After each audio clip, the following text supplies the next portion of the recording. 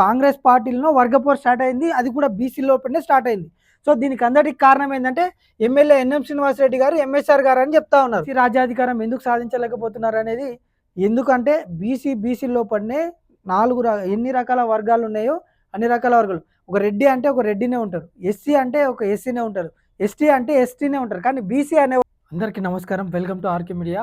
నేను మీ రవి. సో మహబూబ్ నగర్లో మున్సిపల్ కార్పొరేషన్గా మారిన తర్వాత మహబూబ్ నగర్కి కొత్తగా కార్పొరేటర్ ఎన్నికయ్యారు, మేయర్ ఎన్నికయ్యారు. సో అంతా బాగానే ఉంది. ఎప్పుడైతే మేయర్ ఎన్నిక జరిగిందో చాలా కాంట్రవర్షియల్గా జరిగిందని చెప్పి అందరూ కూడా అనుకుంటా ఉన్నారు. సో మహబూబ్ నగర్లో ఈ రకమైన కాంట్రవర్సీకి కారణమైంది. సో కాంగ్రెస్ ప్రభుత్వంలో ఉన్న కాంగ్రెస్ సభ్యుల అంతర్గత భేదాలు ఇక్కడ క్లియర్గా తెలుస్తూ ఉన్నాయి. సో అందరు కూడా అదే అనుకుంటా ఉన్నారు. సో ఈ కాంట్రవర్సీ, మేయర్ కాంట్రవర్సీకి కారణం ఏందనేది క్లియర్గా మన ఆర్కే మీడియాలో వివరంగా చెప్తాను.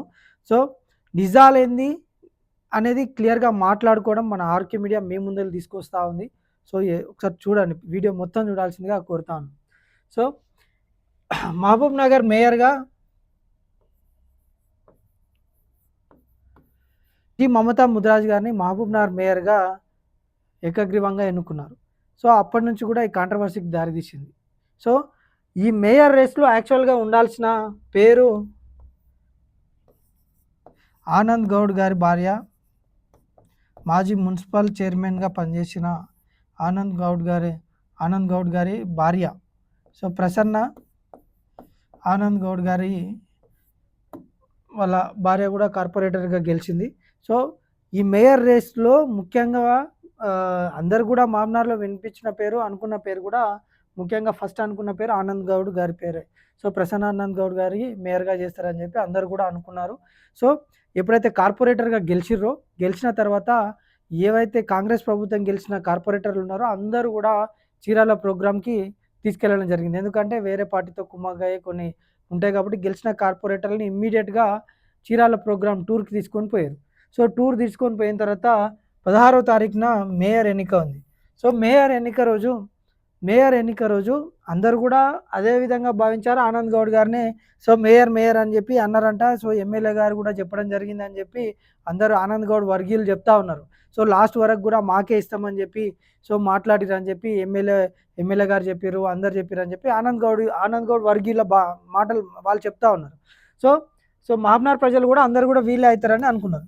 సో సడన్గా ఇక్కడ ఏమైందంటే మేయర్ రేస్లో మమతా ముద్రాజ్ గారు వచ్చారు. సో గుమ్మల సీన్ గారి భార్య. సో మమతా ముద్రాజ్ గారి పేరు వినిపించే వరకు అందరు కూడా షాక్కి గురయ్యారు. సో ఆ రోజు మార్నింగ్ ఏం జరిగింది, అసలు చీరాల నుంచి వీళ్ళు బయలుదేరి వచ్చిన తర్వాత ఆనంద్ గౌడ్ గారిని అరెస్ట్ చేసిరని చెప్పి వార్తలు వచ్చినాయి. సో కొన్ని వీడియోలు కూడా బయటకు వచ్చినాయి. సో ఈ వీడియో కూడా మీకు చూపిస్తా. సో ఎవరు అరెస్ట్ కాలేదు, ముందు రోజు కూడా ఎవరు అరెస్ట్ చేయలేరు, ఆనంద్ గౌడ్ని పోలీసులు నిర్బంధించలేరు అని చెప్పి కాంగ్రెస్ గ్రూప్లలో కొంతమంది పెట్టడం జరిగింది. సో మరి ఇదేంది, ఈ వీడియో కూడా అరెస్ట్ చేసిన వీడియోనో కదా. సో కాంగ్రెస్ సంబంధించిన కొన్ని గ్రూప్లలో ఆనంద్ గౌడ్ గారు అరెస్ట్ కాలేదని చెప్పి ఆ రోజు మార్నింగ్ అరెస్ట్ చేయలేరు, పోలీసులు నిర్బంధించలేరు అని చెప్పి వాళ్ళు చెప్పించారు. కాంగ్రెస్ ప్రభుత్వంలో ఎటువంటి ఘర్షణ లేవు, అందరు కూడా కలిసే ఉన్నారు, మాతోటే ఉన్నారని చెప్పి ఆ ఫోటోలు కూడా కొంతమంది పెట్టడం జరిగింది. సో ఆడ అరెస్ట్ అయిన మాట వాస్తవం. సో దాన్ని కప్పిపుచ్చే ప్రయత్నం చేసిరని చెప్పి క్లియర్గా తెలుసు, అందరికి తెలుసు. అరెస్ట్ అయిన మాట వాస్తవం అని చెప్పి మీడియాకు కూడా అందరికి తెలుసు. సో ఇక్కడ గొడవ ఎప్పుడు స్టార్ట్ అయింది, ఎందుకు స్టార్ట్ అయింది? సో ఆనంద్ గౌడ్ గారిని అరెస్ట్ చేయాల్సిన అవసరం ఏమొచ్చింది?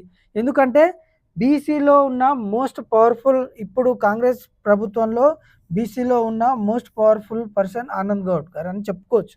ఎందుకంటే ఆయన మాజీ మున్సిపల్ చైర్మన్గా పనిచేసింది కాబట్టి రాజకీయ అనుభవం ఉన్న వ్యక్తి. సో బీసీలో అంతో ఇంతో రాజకీయ అనుభవము, ఇప్పుడు ఆయనకు మాజీ మున్సిపల్ చైర్మన్గా పనిచేసింది కాబట్టి ఉందని చెప్పి ఆనంద్ కుమార్ గౌడ్ గారిని చెప్పుకోవచ్చు. సో అక్కడ విషయం ఏంటంటే మన ఎమ్మెల్యే ఎన్ఎం శ్రీనివాసరెడ్డి గారు, ఎమ్మెల్యే గారు, సో ఎంఎస్ఆర్ గారు, సో 11వ డివిజన్ కార్పొరేటర్గా ఎంఎస్ఆర్ గెలిచిండ్రు. సో కాంగ్రెస్ పార్టీలో ఆయన కీ రోల్ మహబూబ్ నగర్ సంబంధించిన కాంగ్రెస్ పార్టీలో ఆయన కీ రోల్ ప్లే చేస్తూ ఉన్నాడు. ఆనంద్ గౌడ్ని మేయర్గా చేస్తే, వాళ్ళ భార్యని మేయర్గా చేస్తే, సో ఆయనకు ముందుగా మన మున్సిపల్ చైర్మన్గా పనిచేసిన అనుభవం ఉంది. సో బీసీలో కొంచెం మంచి పవర్ఫుల్ క్యాండిడేట్, రాజకీయ అనుభవం ఉన్న క్యాండిడేట్ కాబట్టి ఆయనకి ఇవ్వకుండా సో మారేపల్లి సురేందర్ రెడ్డి గారు మరియు ఎమ్మెల్యే గారు, సో వీళ్ళ ఇద్దరు కలిసి సో వాళ్ళకి కన్వీనియంట్‌గా ఉండే ఒక పర్సన్‌ని పెట్టుకోవాలి. ఆనంద్ గౌడ్ గారిని పెట్టుకుంటే వాళ్ళకి కన్వీనియంట్‌గా ఉండడు అని చెప్పి క్లియర్‌గా ఒక డమ్మీ క్యాండిడేట్‌ని పెట్టుకున్నారని చెప్పి, అందుకే మమతా ముదిరాజ్ గారిని తీసుకొచ్చిర్రని చెప్పి కొంతమంది ఆనంద్ గౌడ్ వర్గీయులు చెప్పుకుంటా ఉన్నారు. కానీ ఇక్కడ ఎమ్మెల్యే గారు, ఎంఎస్ఆర్ గారు వర్షన్ ఏందంటే, సో మారేపల్లి సురేందర్ రెడ్డి గారు డిప్యూటీ మేయర్‌గా ఎన్నికయ్యారు. సో ఆయన డిప్యూటీ మేయర్ మమతా గారిని మేయర్‌గా ఎన్నిక చేసుకున్నారన్నట్టు. సో సురేందర్ రెడ్డి గారు మరియు ఎమ్మెల్యే గారు చెప్పే వర్షన్ ఏందంటే, ముదిరాజ్ సామాజిక వర్గం అనేది మహబూబ్ నగర్‌లో చాలా పెద్ద సామాజిక వర్గం. సో ఆ సామాజిక వర్గానికి మేము సో న్యాయం చేసినాము. సో ఆ ముదిరాజ్ సంబంధించిన సామాజిక వర్గాలతోటి అందరితోటి మాట్లాడి ఆ వర్గంలో అక్కడ మహబూబ్‌నగర్‌లో పెద్ద సామాజిక వర్గం కాబట్టి వాళ్ళకు న్యాయం దక్కేలా, ఎందుకంటే ఈ సీటు మేయర్ సీటు యాక్చువల్‌గా బీసీ వుమెన్‌కి రిజర్వ్ అయింది. సో బీసీ వుమెన్‌కి రిజర్వ్ అయింది. అక్కడ ఆనంద్ కుమార్ గౌడ్ గారి భార్య కూడా బీసీ గౌడ్స్ కాబట్టి బీసీ వాళ్ళు గెలిచిర్రు. సో మమతా ముదిరాజ్ గారు కూడా బీసీ ముదిరాజ్ సామాజిక వర్గానికి చెందిన వ్యక్తి కాబట్టి సో బీసీలకే ఇవ్వాలి కాబట్టి రెడ్డిలకు అవకాశం లేదు కాబట్టి సో ఒక క్యాండిడేట్‌ని ఎవరైనా వాళ్ళు చెప్తే వినే క్యాండిడేట్‌ని పెట్టుకోవాలని చెప్పి మమతా ముదిరాజ్ గారిని తీసుకున్నారని చెప్పి ఆనంద్ గౌడ్ వర్గీయులు చెప్తా ఉన్నారు. సో ఇది మీరే డిసైడ్ చేసుకోవాలి. సో ప్రజలకు వాస్తవాలు చెప్పడం ఆర్‌క్యూ మీడియా బాధ్యత. సో ఇక్కడ జరిగిన విషయాలు మేము క్లియర్‌గా మీ ముందుకు తీసుకొస్తా ఉన్నాం. సో వీళ్ళు చెప్పే వర్షన్ ఏంటంటే, ఎమ్మెల్యే గారు చెప్పే వర్షన్ ముదిరాజులకు ఇచ్చినాం పెద్ద సామాజిక వర్గం అని. సో ఆనంద్ గౌడ్ వర్గీయులు ఏంటంటే, లాస్ట్ వరకు కూడా మేము చీరాల ప్రోగ్రామ్ నుంచి వచ్చే వరకు కూడా మాకే మేయర్ పదవి ఇస్తామని చెప్పి ఎమ్మెల్యే గారు చెప్పడం జరిగింది. అందరూ కూడా మాకే చెప్పడం జరిగింది. ముఖ్యంగా సీల్డ్ కవర్‌లో ఆనంద్ గౌడ్ పేరే వచ్చింది. పైన అధికారుల నుంచి సీల్డ్ కవర్‌లో హైకమాండ్ నుంచి సీల్ కవర్‌లో మేయర్ పదవిలో ఆయన పేరే వచ్చిందని చెప్పి ఎమ్మెల్యే గారు వినకుండా మమతా ముదిరాజ్ గారిని చేసిరని చెప్పి ఆనంద్ గౌడ్ వర్గీయులు చెప్పుకుంటా ఉన్నారు. సో అందరు కూడా ఇదే డిస్కషన్ నడుస్తూ ఉంది. సో మీ ముందుకు నిజాలు తీసుకురావాలని చెప్పి క్లియర్‌గా మీ ముందు చెప్పడం జరుగుతూ ఉంది. సో ఇది ఈ వర్షన్.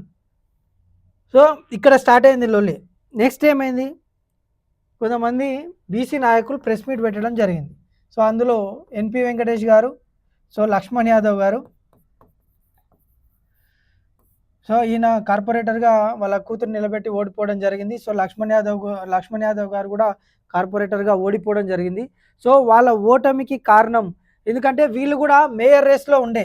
సో బీసీ మహిళకు వచ్చింది కాబట్టి వీళ్ళు కూడా మేయర్ రేస్లో వీళ్ళ పేర్లు వినిపిస్తుండే. కాబట్టి ఆనంద్ గౌడ్ గారు ఎలాగైనా సరే ఈ మేయర్ పదవి మాకే దక్కాలి అని చెప్పి మా పైన కుట్ర పన్నిండి అని చెప్పి డైరెక్ట్గా చెప్తున్నా. వాళ్ళే ప్రెస్ మీట్ పెట్టారు కాబట్టి చెప్తా ఉన్నాం ఈ విషయం. సో వాళ్ళు డైరెక్ట్గా పేరు చెప్పలేదు, ఇండైరెక్ట్గా మాట్లాడారు కాబట్టి చెప్తా ఉన్నా క్లియర్గా ఏంటంటే, సో వీళ్ళే ఆనంద్ గౌడ్ గారే ఇండైరెక్ట్గా మా ఓటమికి కారణం అని చెప్పి ప్రెస్ మీట్ పెట్టి చెప్పడం జరిగింది. సో అక్కడ స్టార్ట్ అయింది లొల్లి. సో ఇక్కడ చెప్పేది ఏంటంటే, మేము క్లియర్గా చెప్పేది ఏంటంటే, ఆనంద్ గౌడ్ గారు గౌడ సామాజిక వర్గానికి చెందిన వ్యక్తి, ఎన్పి వెంకటేష్ గారు ముద్రా సామాజిక వర్గానికి చెందిన వ్యక్తి, సో ఈయన యాదవ్ సామాజిక వర్గానికి చెందిన వ్యక్తి, సో సిరాజ్ ఖాద్రి గారు బీసీఈకి సంబంధించిన మైనార్టీ సామాజిక వర్గానికి చెందిన వ్యక్తి. సో ఇక్కడ వర్గపోరు ఎందుకు స్టార్ట్ అయిందని చెప్తున్నానంటే, బీసీల మధ్యలోనే వర్గపోరు స్టార్ట్ అయిందని చెప్పుకోవచ్చు. ఎందుకంటే ఇప్పుడు బీసీ మహిళకి ఇచ్చారు, ముదిరాజ్కి ఇచ్చారు అని చెప్పి వాళ్ళు చెప్పుకుంటా ఉన్నారు. సో మంచిదే, అంత బీసీ మహిళకు వచ్చింది కాబట్టి ముదిరాజ్ సామాజిక వర్గం పెద్దదే. డమ్మీ క్యాండిడేట్ అని ఎందుకు చెప్తాం? డమ్మీ క్యాండిడేట్ ఇప్పుడే డిసైడ్ చేయలేం కదా, వాళ్ళు వచ్చిందే ఇప్పుడు డమ్మీయా అసలా అనేది వాళ్ళు అధికారాన్ని వాళ్ళు చేజిక్కించుకున్న తర్వాత ఏమవుతుందని చెప్పి తెలుస్తుంది, ప్రజలందరూ కూడా తెలుస్తుంది.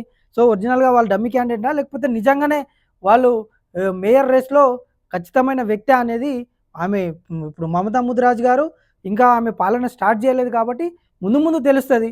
సో దాన్ని ప్రజలే డిసైడ్ చేస్తారు వాస్తవాలు ఏంటి అనేది. దాని తర్వాత ఇక్కడ స్టార్ట్ అయింది. నేను చెప్పే విషయం ఏంటంటే, మా ఆర్‌క్యూ మీడియా నుంచి ఇప్పుడు బీసీలకు మధ్యలో వర్గపోరు స్టార్ట్ అయిందని చెప్తున్నా.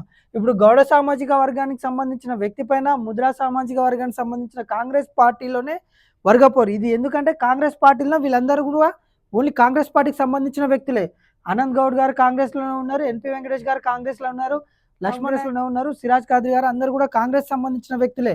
వీళ్ళ పైన ఎవరో ఏ పార్టీ వ్యక్తి అలిగేషన్ చేస్తలేరు. సో కాంగ్రెస్ పార్టీలో వర్గపోరు స్టార్ట్ అయింది, అది కూడా బీసీ లోపలనే స్టార్ట్ అయింది. సో దీనికి అందరికి కారణం ఏంటంటే ఎమ్మెల్యే ఎన్ఎం శ్రీనివాస్ రెడ్డి గారు, ఎంఎస్ఆర్ గారు అని చెప్తా ఉన్నారు. సో రెడ్డికి సంబంధించిన వ్యక్తులే ఇప్పుడు బీసీల మధ్యలో వర్గపోరు స్టార్ట్ చేసిర్రా? ఆ?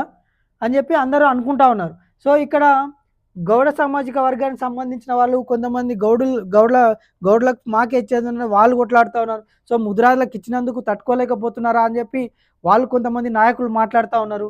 సో యాదవ సామాజిక వర్గానికి కూడా కొంతమంది వాళ్ళు అగెనిస్ట్గా మాట్లాడుతూ ఉన్నారు. మమ్మల్ని ఓడగొట్టడంలో ఇండైరెక్ట్గా పాత్ర పోషించారు అని చెప్పి అందరు కూడా ఇక్కడ చర్చ ఏంటంటే కొట్లాట ఎవరికి స్టార్ట్ అవుతుంది అంటే బీసీలకే స్టార్ట్ అవుతుంది.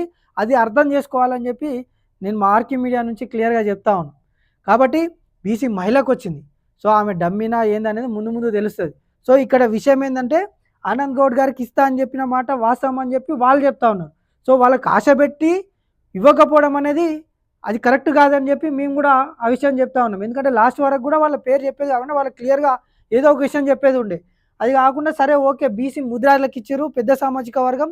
సో అది దాంట్లో కూడా మేము అప్రిషియేట్ చేస్తూ ఉన్నాం. ఎందుకంటే ఆ బీసీలకు ఎవరికో ఒకరికి దక్కాల్సిన సీటే అది. సో ఈడ వర్గ పోరు ఏంటంటే బీసీలు ఉన్నప్పుడే స్టార్ట్ అయింది. ఇప్పుడు బీసీలకు ఎందుకు ఏకం కాలేకపోతున్నారు, బీసీ బీసీ రాజ్యాధికారం ఎందుకు సాధించలేకపోతున్నారు అనేది ఎందుకంటే బీసీ లోపలనే ఎన్ని రకాల వర్గాలు ఉన్నాయో అన్ని రకాల వర్గాలు. ఒక రెడ్డి అంటే ఒక రెడ్డినే ఉంటారు, ఎస్సీ అంటే ఒక ఎస్సీనే ఉంటారు, ఎస్టీ అంటే ఎస్టీనే ఉంటారు. కానీ బీసీ అనే వరకు ముద్రాజ్ వస్తాడు, యాదవ్ వస్తాడు, గౌడ్స్ వస్తారు, మైనార్టీలు వస్తారు, అన్ని సామాజిక వర్గాలు వస్తారు, నాయి బ్రాహ్మణులు వస్తారు, రజక సంఘానికి సంబంధించిన వాళ్ళు వస్తారు, మున్నూరు కాపులు వస్తారు. సో ఇది రకరకాల వర్గాలు వస్తాయి. సో ఇక్కడ బీసీ ముద్రాలకు వచ్చే వరకు గౌడ్ల కోపం వస్తుంది. సో మమ్మల్ని ఓడగొట్టిందని చెప్పి వాళ్ళు ప్రెస్ మీట్ పెట్టి యాదవులు మాట్లాడతారు, అందరూ మాట్లాడుతారు. సో ఈ బీసీల మధ్యలో ఇట్లాంటి వర్గపోరు స్టార్ట్ అయితే మన బీసీ రాజ్యాధికారం ఎప్పుడు సాధ్యమవుతుంది? సో దీన్ని వెనకాల ఉండి నడిపించేది నిజంగా రెడ్డి నాయకులే ఈ మధ్య బీసీలకు ఈ విధంగా కొట్లాట పెడతా ఉన్నారా? నిజాలు మీ ఆర్కే మీడియాలో వివరంగా చెప్పినాం. సో మీరే డిసైడ్ చేయాలి, మహబూబ్ నగర్ మేయర్ రేస్లో నిజంగా డమ్మీ క్యాండిడేట్ని పెట్టిర్రా? సో బీసీల మధ్యలోనే వర్గపోరు స్టార్ట్ అయిందా? సో ఆనంద్ గౌడ్ గారికి మేయర్ పదవి ఇస్తా అని చెప్పి ఆశ పెట్టడం అది వాస్తవమేనా? సో మీరు కూడా మీ కామెంట్ల రూపంలో తెలియజేయండి. మరిన్ని వార్తలు మీ ముందు తీసుకొచ్చే ప్రయత్నం చేస్తాం మన ఆర్కే మీడియాలో.